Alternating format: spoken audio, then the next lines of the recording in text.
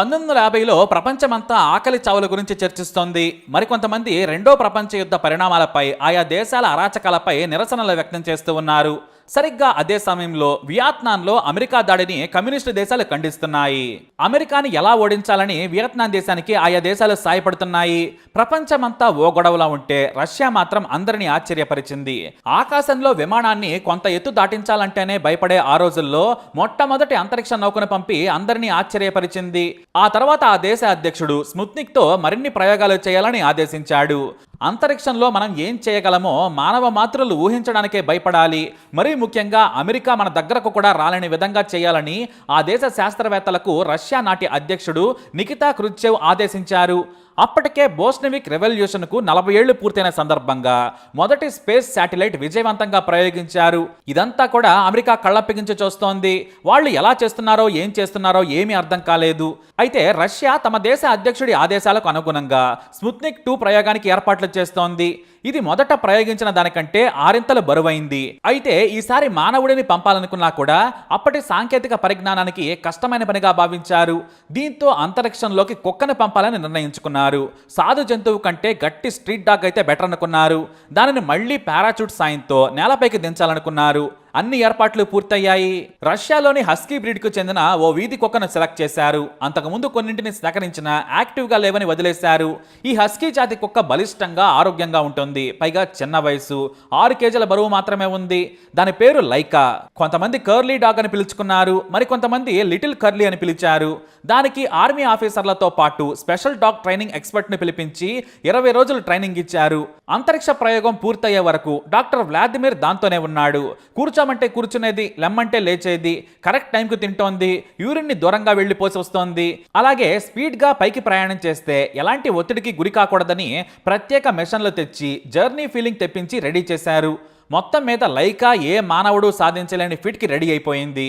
సరిగ్గా వారం ముందు మేం అంతరిక్షంలోకి కుక్కను పంపుతున్నాం, మళ్ళీ దానిని వారం రోజుల్లో పారాషూట్ ద్వారా కిందికి దించుతున్నాం, స్పేస్ రీసెర్చ్లో ఇదో మైలురాయని ప్రకటించింది రష్యా. ఒక్కసారిగా ప్రపంచమంతా రష్యా వైపు చూసింది. వీళ్ళు ఎలా చేస్తున్నారనేది ఎవ్వరికీ అంతుపట్టలేదు. అమెరికా అయితే ఏం చేయాలో తెలియక టెన్షన్ ఫీల్ అయింది. మనం అసలు ఏం చేయలేమా అని నిరుత్సాహానికి గురైంది. స్పుత్నిక్ 2లో కుక్కను ఉంచారు. అయితే దానికి ప్రత్యేకమైన కేసు ఏర్పాటు చేసినా కూడా మొహంలో ఆందోళన కనిపించింది. ప్రెజర్ ఉంది. టార్చర్ భయానికో ట్రైనింగ్ కారణంగానో చివరి వరకు చెప్పినట్లు చేసింది. డాక్టర్ వ్లాదిమిర్ లైకాను ప్రయోగానికి ముందు రోజు రాత్రి ఇంటికి తీసుకెళ్లాడు.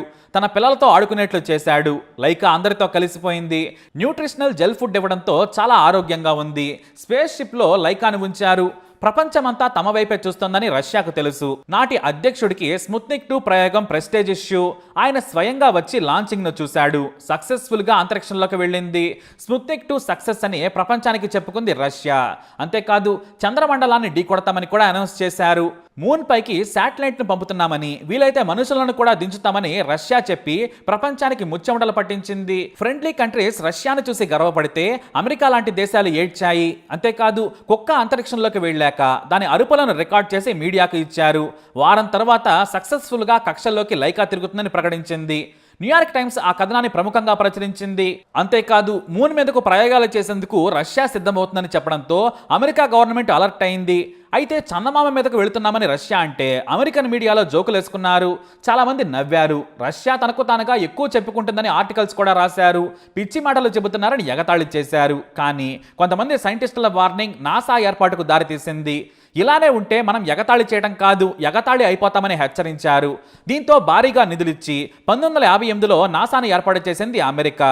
అదంతా కూడా నవంబర్ 3, 1957లో జరిగింది. అది కూడా స్పుత్నిక్ లాంచ్ చేశాక మాత్రమే అమెరికా మేల్కొంది. అయితే అంతరిక్షంలోకి వెళ్లిన వారం తర్వాత లైకా చనిపోయింది. ఆ వార్త అందరినీ కలిచివేసింది. జంతు ప్రేమికులు రష్యా తీరును తప్పుపట్టారు. అయితే ప్రయోగించిన 3 గంటల్లోపే చనిపోయిందట లైకా. విపరీతమైన టెంపరేచర్ను తట్టుకోలేక చనిపోయిందట. భూకక్ష దాటగానే 2 గంటల తర్వాత లైకా ప్రాణాలు విడిచింది. ఈ విషయాన్ని రష్యా దాచిపెట్టి ఆ తర్వాత ప్రకటించింది. అంటే స్పుత్నిక్ 2ని కూల్చివేసే వరకు లైకా డెడ్ బాడీ భూమి చుట్టూ తిరుగుతోంది.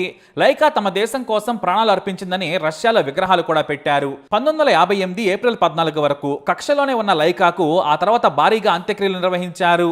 రష్యా గవర్నమెంట్ లైకా పేరు మీద పోస్టల్ స్టాంప్ కూడా విడుదల చేసింది. అయితే ఔటర్ స్పేస్ లో మనిషి జీవించడం కొద్దిగా కష్టమైన పనే అని శాస్త్రవేత్తలు అర్థం చేసుకున్నారు. బ్రతకాలంటే ఏం చేయాలో పరిశోధించారు. ఇక మూన్ పైకి వెళతామంటే నవ్విన అమెరికా చందమామను చేరుకుంది. మనుషులను పంపుతామంటే జోకులేసిన గవర్నమెంట్ అక్కడే మీడియా రష్యాను దాటేసి స్పేస్ రీసెర్చ్ లో ఎవరికి అందనంత ఎత్తుకి ఎదిగింది. ఇదంతా కూడా లైకా పుణ్యమే. జూలై 20, 1969న నీల్ ఆర్మ్స్ట్రాంగ్ బజ్ ఆల్ట్రిన్ చంద్రుడిపైకి దిగి రికార్డు సృష్టించారు. అమెరికన్లు సగర్వంగా మేం చంద్రుడి మీద దిగామని చెప్పుకున్నారు. కానీ కాలక్రమేణా నాసా రిలీజ్ చేసిన వీడియో కానీ ఫోటోలు కానీ ప్రపంచానికి అద్భుతాన్నే కాదు అనుమానాలను కూడా కలిగించాయి. ఒకరి తలకు ఉన్న వైజర్ లో ఓ ఇమేజ్ కనిపిస్తోంది. అది కొద్దిగా విచిత్రంగా ఉంది. మనిషి మాత్రం కాదు, యూఎఫ్ఓ లాంటివి ఏవైనా ఉండి ఉంటాయా అంటే బజ్ మాత్రం తాను చంద్రుడిపై ఏ యూఎఫ్ఓను చూడలేదన్నాడు. ఏదో డబుల్ రిఫ్లెక్షన్ లాంటిదై ఉంటుందని చెప్పుకొచ్చాడు ఆయన. నీల్ ఆర్మ్స్ట్రాంగ్ మాత్రం దానిపై నోరు మెదపలేదు. అంటే నాసా ఇదంతా కూడా ఓ ప్రైవేట్ షూట్ చేయించిందని ఓ డౌట్ ఉంది. మరి ఆ వీడియో గురించి పూర్తిగా మనం తెలుసుకుందాం. మరి ఇన్ఫర్మేషన్ మీకు నచ్చినట్లయితే తప్పకుండా వీడియోని లైక్ చేయండి, షేర్ చేయండి, మా ఛానల్ని సబ్స్క్రైబ్ చేసుకోండి. ఇస్రో భారతీయులు గర్వంగా చెప్పుకునే స్పేస్ రీసెర్చ్ ఆర్గనైజేషన్. కేవలం 5 దేశాలకు మాత్రమే ఒకప్పుడు ఉపగ్రహాలను కక్షలోకి పంపే సత్తా ఉండేది. ఆ తర్వాత అంగారకుడు చందమామ మీదకు కూడా రష్యా, చైనా, అమెరికాలు పోటీ పడి మరి తమ సత్తాను చాటుతున్నాయి. ఇప్పుడు మనం కూడా వారితో జత కలిశాం. ఇజ్రాయెల్ సైతం చందమామను అందుకునేందుకు ప్రయత్నిస్తోంది. అయితే మనం ప్రపంచం గర్వించే స్థాయికి చేరడం వెనుక ఎంతో మంది మేధావుల కృషి ఉంది. ఈ రోజంటే మనం చంద్రయాన్ 3 వరకు చంద్రుడి మీద ప్రయోగాలు చేస్తున్నాం, ఇంకా ముందుకు కూడా వెళ్ళబోతున్నాం. అసలు మనం కూడా అంతరిక్షానికి చేరుకోవచ్చనే ఆలోచన రావడమే మన పాత తరం మేధావుల గొప్ప ఆలోచన. కానీ అది అంత ఈజీగా అవ్వలేదు. ఆ రహస్యాలను ప్రముఖ సైంటిస్టులు ఆర్ అరవముదన్, గీతా అరవముదన్లు మన ముందుకు తీసుకొచ్చారు. వీళ్ళు మిసైల్ మ్యాన్ ఆఫ్ ఇండియాగా పిలువబడే అబ్దుల్ కలాం కంటే కూడా సీనియర్ సైంటిస్టులు. ఇక కలాం పనితనం, మన ఇస్రో ప్రయాణం మొదట ఎలా ఉండేదో ఇస్రో ఏ పర్సనల్ హిస్టరీ అనే పుస్తకం ద్వారా ఎన్నో ఆసక్తికర విషయాలను మనకు తెలియజేశారు. భావి భారత సత్తాను ముందే ఊహించింది మరెవరో కాదు, విక్రమ్ సారాభాయ్. స్పేస్ టెక్నాలజీతో ప్రపంచాన్ని శాసించే రోజులు వస్తాయని ఆయన ముందే ఊహించారు. అందుకే ఆయన నాసాతో కలిసి కొన్ని ప్రాజెక్టుల్లో పనిచేశారు. అంతేకాదు ఆ తర్వాత భారత్కు తిరిగి వచ్చి ఇస్రోను స్థాపించడంలో కీలక భూమిక పోషించారు. కేంద్ర ప్రభుత్వాన్ని ఒప్పించి ఇస్రోను మరింత ముందుకు తీసుకెళ్లారు. అక్కడితో ఆగలేదు. ప్రపంచంలోనే the best launching centres Trivandrum, Sriharikota ఉన్నాయని గుర్తించారు. మెడికల్ లాంటి యువకులను అనుభవం లేకున్నా మ్యాథ్స్, ఫిజిక్స్ మీద పట్టున్న వారిని రిక్రూట్ చేసుకున్నారు విక్రమ్ సారాభాయ్. ఆ రిక్రూట్ చేసుకున్న వారిలో ఈ అనుభవాలను మనకు తెలియజేస్తున్న అరవముదన్ను కూడా విక్రమ్ సారాభాయ్ రిక్రూట్ చేసుకున్నారు.